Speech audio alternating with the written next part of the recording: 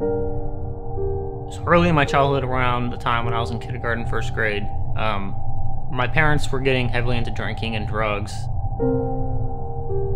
The house was trashed. There was things, glass broken, stuff was tossed everywhere.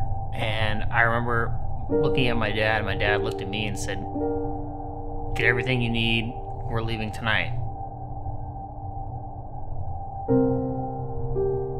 My mom had my two siblings and I at a very young age, and up until I was 13, I remember being homeless. We would stay in this boarding home type of thing.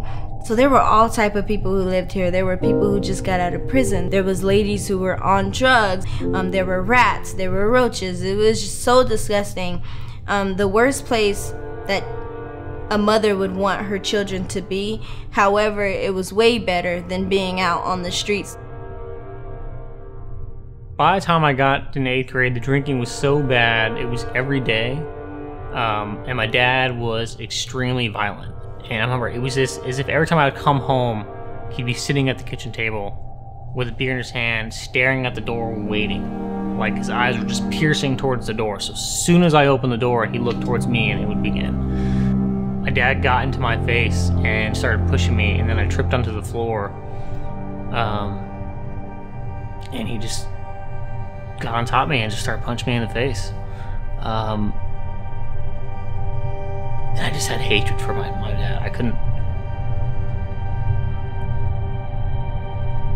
Once I did get to school, it was so hard for me to concentrate, and I was embarrassed. I didn't fit in with kids. I didn't have the games or the stories that they all shared. And then I also didn't think that the teachers believed in me, or they thought that I was different from the other kids, so it was hard for me to focus on hard math problems and hard vocabulary words when I was thinking about where am I going to sleep that night, or when's the next time I'm going to eat. I remember coming home to the small apartment that we were in, and seeing all of my belongings completely scattered out on the grass. My parents were gone, and they just left me. I mean, I was pretty down. I thought it might have been it.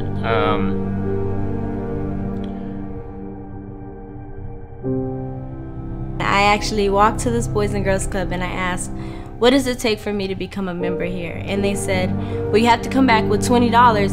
And I kind of just like put my head down and I started to walk out, because I knew that my mom was never going to be able to afford $20. And it was as if that lady recognized that, and she said, wait, come back. And she paid that $20 membership fee for me. And I always say that that $20 started the change in my whole entire life.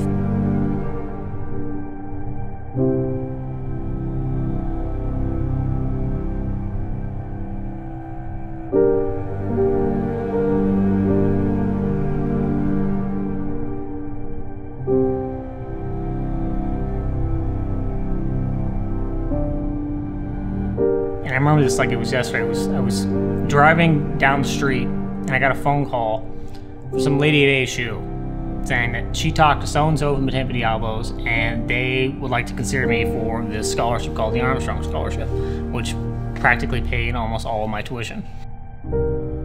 They've always kind of pushed on me like a sense of paying it forward.